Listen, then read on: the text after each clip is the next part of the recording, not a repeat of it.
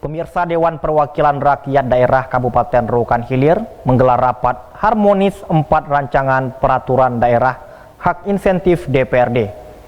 Rapat ini terkait rapat bersama Kemenkumham pada 3 Agustus 2023 lalu.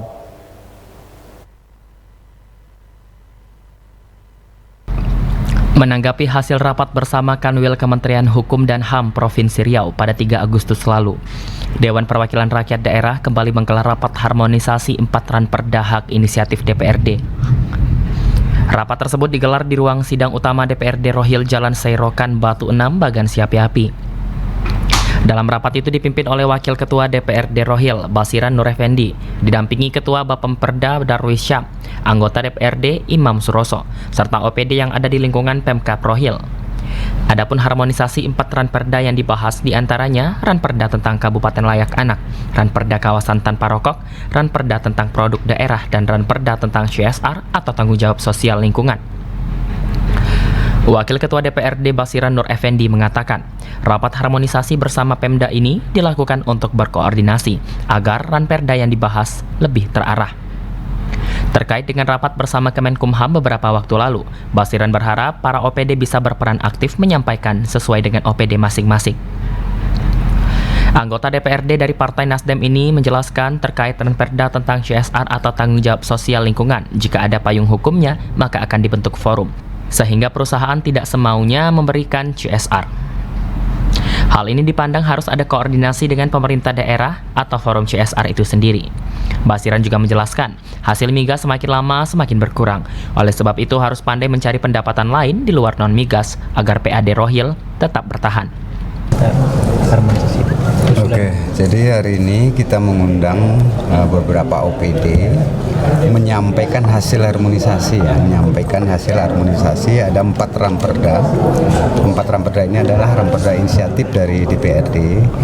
Jadi yang pertama ranperda tentang KLA Kabupaten Layak Anak, kemudian ranperda tentang KTR kawasan tanpa rokok, kemudian ranperda tentang produk daerah, dan yang keempat ranperda tentang CSR ya, atau TJ, apa istilahnya, tanggung jawab TJSL, tanggung jawab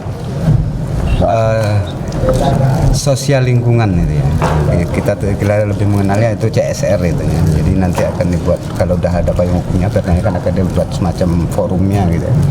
Jadi tidak semau-mau perusahaan sendiri memberikan CSR sendiri, tentu ada koordinasi dengan pemerintah daerah atau forum yang sudah dibentuk nanti. Jadi ini gunanya supaya lebih terarah gitu nanti.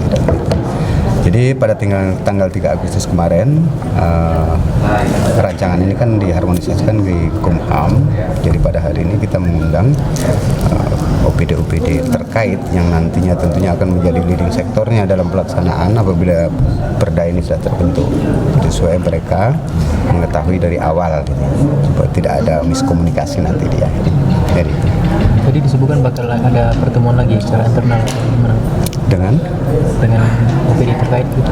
Ada nanti. Nah, kalau memang ini nanti udah dijadwalkan ke paripurna, dinaikkan dibentuk batas, tentu dalam pembahasan kami harapkan kepada kawan-kawan atau saudara-saudara kita di OPD supaya dapat berperan aktif menyampaikan baik itu sifatnya usulan, baik itu sifatnya hal-hal yang terkait dengan ranperda sesuai dengan OPD masing-masing, supaya ranperda ini nanti diselesaikan dengan cepat. Masih jauh Pak ya kalau untuk diperdakan, disidangkan? Kita tinggal menunggu kelengkapan daripada naskah akademiknya itu, karena ada perubahan sedikit. Nanti setelah itu baru kita jadwalkan untuk diparipurnakan, karena ini kan kebalikannya perda usulan dari pemerintah ya. Jadi kalau inisiatif DPRD tentu kita naikkan ke paripurna dulu, minta pendapat kawan-kawan fraksi dulu, pendapat pemerintah segala macam kan gitu. Berbalik sebenarnya prosesnya hampir sama sih, cuman kebalikan daripada perda yang disampaikan oleh atau diajukan oleh pemerintah daerah. Jadi Pak, yang hadir tadi Pak, yang hadir ada Dinas Kesehatan ya, Dinas Sosial, kemudian Dinas Pendidikan, Pariwisata, Bapeda, kemudian peranan wanita tadi. Satpol PP ini yang belum hadir. Makanya kami harapkan, karena Satpol PP ini sebenarnya kan unsur sangat penting ini ya dalam penegakan Perda ini. Makanya ke depan saya harapkan, cuman saya kan belum tahu, makanya saya tidak berani katakan di akhir saya memimpin rapat tadi, ke Satpol PP kita ini kurang berperannya karena memang tidak dilibatkan atau tidak mau terlibatkan itu ya. Nah, itu karena kita sama-sama nyadari lah ya, PR di daerah kita ini kan makin lama tentu kan pendapatan daerah kita ini kalau dari sisi migas kan bukan makin besar, makin mengecil. Artinya kita harus mencari pendapatan lain gitu ya, di luar daripada non migas. Nanti kalau nggak pandai-pandai kita mencari uangnya, meningkatkan untuk mencari uang, kolab nanti kawan kita kan nggak enak, itu malu kita kan.